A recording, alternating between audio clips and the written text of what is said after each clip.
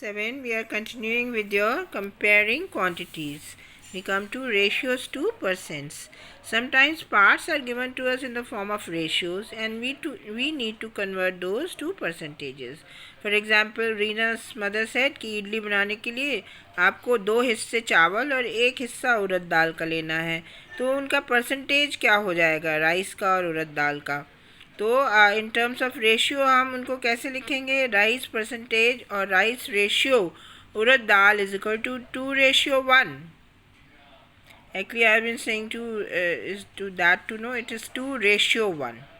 These 2 points are called ratios. So 2:1.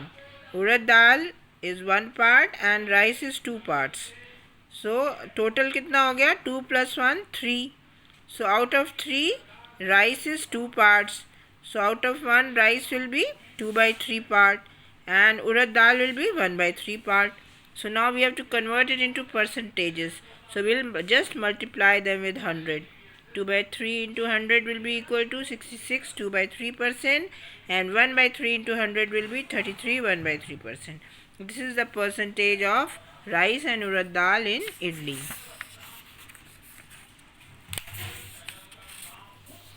Now another example, if 250 is to be divided amongst Ravi, Raju and Roy, so that Ravi gets 2 parts, Raju 3 parts and Roy 5 parts, how much money will each get and what will be that in percentages? तो 250 रुपये को बांटना है इनको 3 लोगों में, जिनमें एक को 2 हिस्से, दूसरे को 3 और तीसरे को 5 हिस्से. तो the ratios will be 2:3:5. So the total will be 2 plus 3 plus 5 is equal to, first add them up, total parts will be 10. So out of 10 the first part is 2. So out of 250 it will be 2/10 into 250 is equal to rupees 50. And now if you have to convert it into percentage, then just multiply 2/10 with 100. So rupees 50 will be 20%.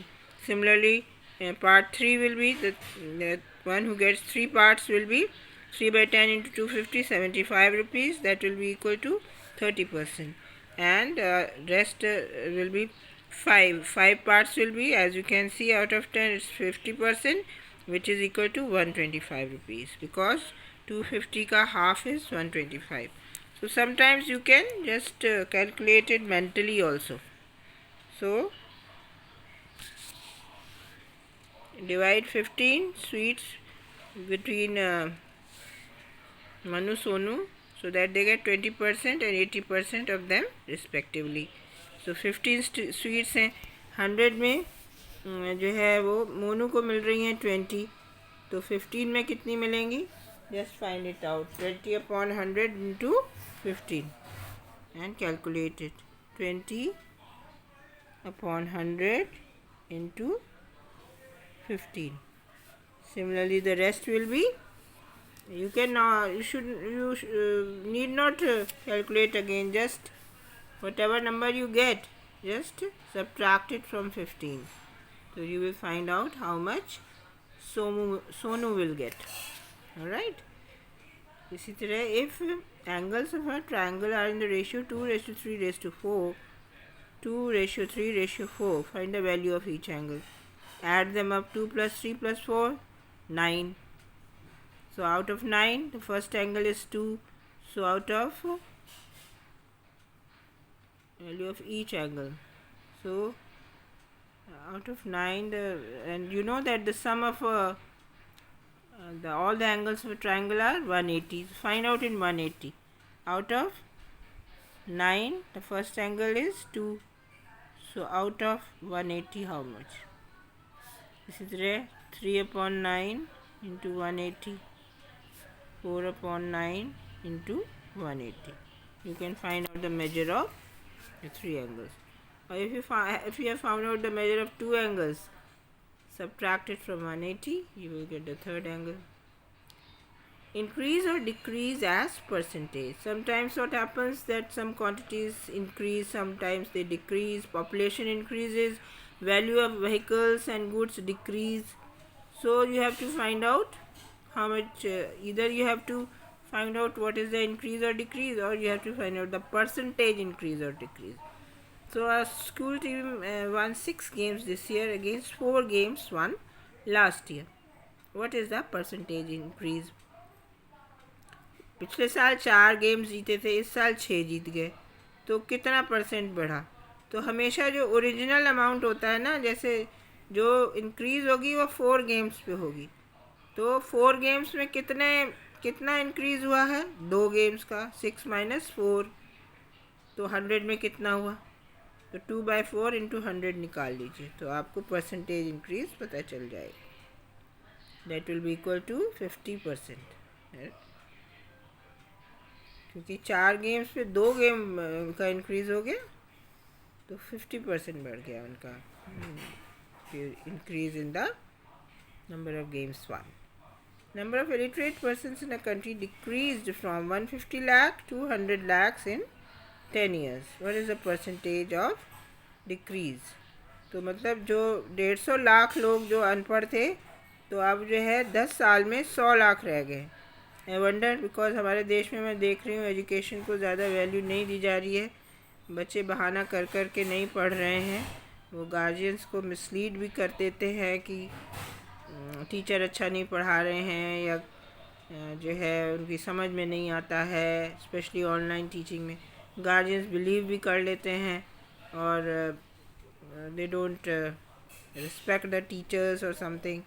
They don't want to pay the fees. So these things are happening. So education की value नहीं समझी जा रही है देश में, जो कि बहुत ज़रूरी है. आप कोई कुछ भी काम करे, चाहे वो मज़दूर हो, चाहे वो शॉपकीपर हो, चाहे डेली वेज वर्कर हो, या फिर वो डेली वेंडर हो, education is very important. At least till high school, till 10th, education should be taken by everyone.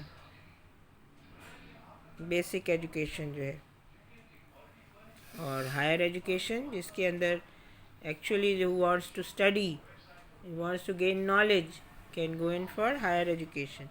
So we have come to a social subject here.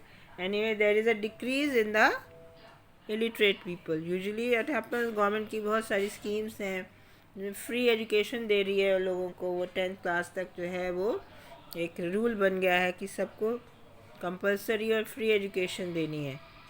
तो इसलिए जो है जो हमारे इलिटरेट लोग हैं उनका नंबर कम होता जाता है. तो 150 लाख से 100 लाख रह गया है 10 साल में. तो ओरिजिनल अमाउंट कितना था? 150 लाख्स, और उसमें बढ़े कितने वो, या घटे कितने? 50 लाख्स घट गए.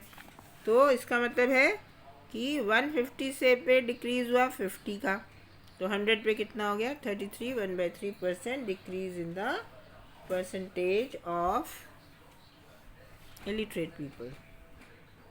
Find the percentage of increase or decrease. A piece of price of shirt decreased from 280 to 210.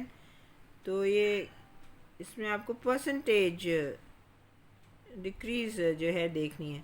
तो कितना डिक्रीज़ हुआ? 280 minus 210 is equal to 70. Original amount था 280, तो 280 पे घटा है 70, तो 100 पे कितना? So that happens to be, multiply करके देखिएगा, 25%. And marks in test increase from 20 to 30.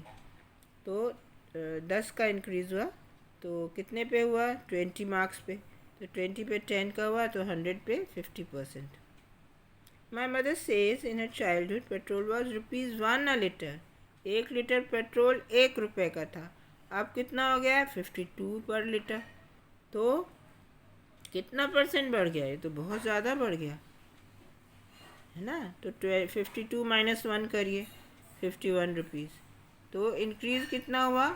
1 से हो गया 51, तो 100 पे हो गया 5100% increase in the price of petrol. तो कई बार इतना परसेंटेज इंक्रीज़ भी हो जाती है. जैसे सेल्स डिवाइड करती हैं, 1 से मिलियंस ऑफ सेल्स बन गई, तो उसमें बहुत ज़्यादा परसेंटेज इंक्रीज़ हो गया. तो ऐसा भी होता है कई बार प्रैक्टिकल लाइफ में. Now prices related to an item for buying and selling. तो जितना आपने जो चीज़ जितने में ख़रीदी जाती है वो उसकी कॉस्ट प्राइस होती है. और जितने में बेची जाती है वो सेलिंग प्राइस होती है। अगर कॉस्ट प्राइस सेलिंग प्राइस से कम है, यानी ज़्यादा में बेची गई है, तो आपको प्रॉफिट हो रहा है, और अगर जितने में ख़रीदी है उससे कम प्राइस पे बेची जाएगी तो लॉस हो जाएगा। और ओरिजिनल जितना कॉस्ट प्राइस पर ही जो है वो प्रॉफिट या लॉस होता है।